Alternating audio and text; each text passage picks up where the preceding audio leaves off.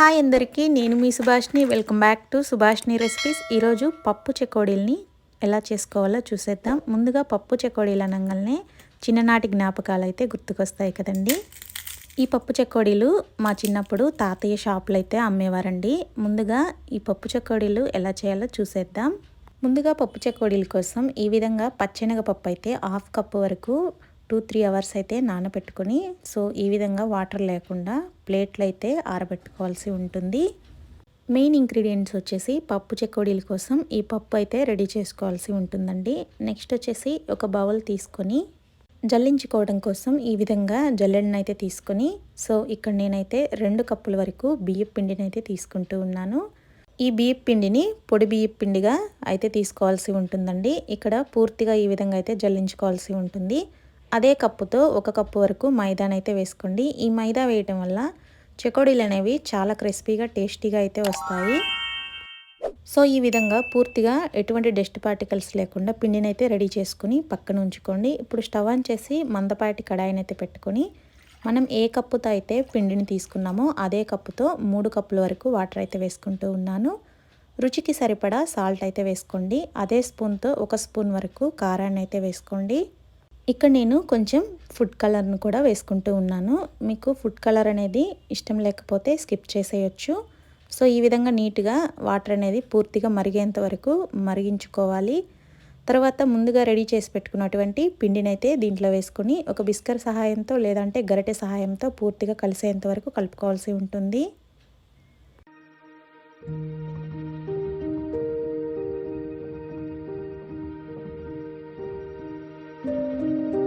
ఇప్పుడు stove off చేసేసుకొని పక్కకు దించుకొని ఇక్కడ కొంచెం నెయ్యి అయితే వేసుకోవాల్సి ఉంటుంది.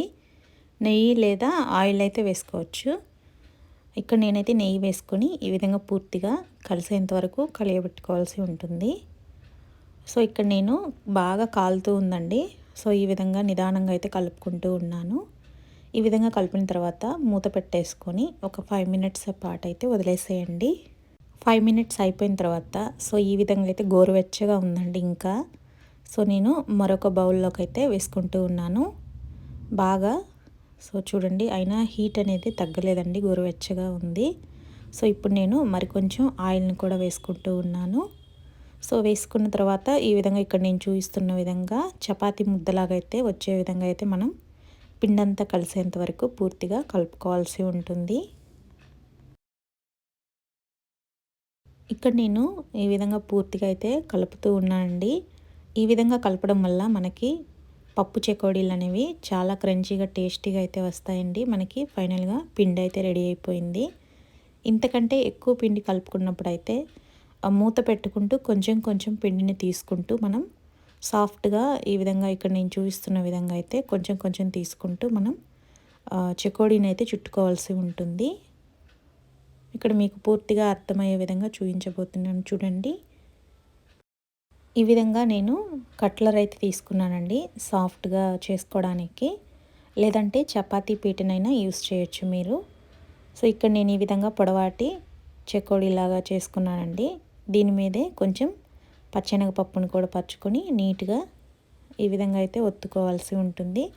అప్పుడే మనకి పచ్చెనగపప్పు అనేవి విడిపోకుండా పూర్తిగా పిండికైతే ఉండిపోతాయి. సో చూడండి, ఈ విధంగా చుట్టుకుంటే చాలండి మనకి పప్పు చెకోడీలు అయితే రెడీ అవుతాయి. ఈ పప్పు చెకోడీలన్నిటినీ సో ముందుగానే మనం రెడీ చేసుకోవాల్సి ఉంటుంది. ఇక్కడ నేను ఈ విధంగా మొత్తం పప్పు చెకోడీలను అయితే ఈ విధంగా ప్లేట్లు అయితే వేసుకున్నాను ముందుగానే రెడీ చేసుకొని. ఈ విధంగా రెడీ చేసుకున్న తర్వాత నెక్స్ట్ వచ్చేసి స్టవ్ ఆన్ చేసుకొని మందపాటి కడాయిని పెట్టుకొని డీప్ ఫ్రైకి సరిపడా ఆయిల్ని అయితే రెడీ చేసుకోవాల్సి ఉంటుంది. ఇక్కడ నేను ముందుగా రెడీ చేసుకున్నటువంటి పప్పు చెకోడీలని ఆయిల్ అయితే వేస్తూ ఉన్నాను. ఆయిల్ అయితే ఈ విధంగా లైట్గా అయితే కాగుతూ ఉంది. సో మనం ఒక్కొక్కటిగా అయితే పప్పు చెకోడీలని ఎన్నైతే పడతాయో సో అన్నీ అయితే వేసుకొని ఈ విధంగా మీడియం ఫ్లేమ్లోనే పెట్టుకొని మంట అనేది దగ్గరుండి వేయించుకోవాల్సి ఉంటుంది. అప్పుడే మనకి పప్పు చెకోడీలు అనేవి లోపల భాగం అంతా క్రంచీగా టేస్టీగా బాగా కుక్ అవుతాయి. సో ఈ విధంగా అయితే చేసుకుంటే చాలండి. మనం ఫస్ట్ టైం చేస్తున్నా సరే ఈజీగా చేసేసుకోవచ్చు ఈ పప్పు చెకోడీలు అనేవి. సో పప్పు చెకోడీలు ఫ్రై అవ్వడానికి 10 to 15 మినిట్స్ పాటు అయితే టైం పడుతుందండి. ముందుగా చెప్పినట్టే మంట అనేది మీడియం ఫ్లేమ్లోనే పెట్టుకొని ఈ విధంగా పైకి కిందకి రొటేట్ చేసుకుంటూ వేయించుకోవాల్సి ఉంటుంది. లేదంటే ముందుగానే పెద్ద మంట పెట్టడం వల్ల పైనంతా ఫ్రై అయిపోతాయి, లోపల భాగం అనేది కుక్ అవ్వదు. ఇక్కడ మీరు అబ్జర్వ్ చేసినట్లయితే నీట్గా ఫ్రై అయిపోయాయి. సో ఆయిల్ నుండి నేనైతే సపరేట్ చేసుకుంటూ ఉన్నాను. ఈ విధంగా నేను ఒక ప్లేట్ తీసుకొని మొత్తం ప్లేట్లు అయితే వేసుకుంటూ ఉన్నాను. చూడండి ఎంత బాగా క్రంచీగా టేస్టీగా చాలా బాగా కుక్ అయ్యాయండి. సో చూస్తుంటేనే మీకు అర్థమవుతుంది కదా, చాలా టేస్టీగా ఉంటాయండి. సో ఇక్కడ మీకు చూస్తుంటేనే అర్థమైపోతుంది కదా ఎంతో క్రంచీగా టేస్టీగా వచ్చాయనేది. పప్పు చెకోడీలు అనేవి అచ్చం స్వీట్ షాప్ నుంచి తీసుకొచ్చారా అన్నట్టుగా ఉంటాయండి. టేస్ట్ కూడా చాలా బాగుంటాయి. సో మీరు కూడా తప్పకుండా ట్రై చేసి చూడండి. కొత్తగా ఎవరైనా ఛానల్ చూస్తున్నట్లయితే తప్పకుండా ఈ వీడియోని లైక్ చేయండి, షేర్ చేయండి మీ ఫ్రెండ్స్కి, మీ ఫ్యామిలీ మెంబర్స్కి. అదేవిధంగా మన ఛానల్ని తప్పకుండా సబ్స్క్రైబ్ చేసుకోండి. మరో చక్కటి వీడియోతో మీ ముందుకు వస్తాను. Thank you for watching. Bye bye.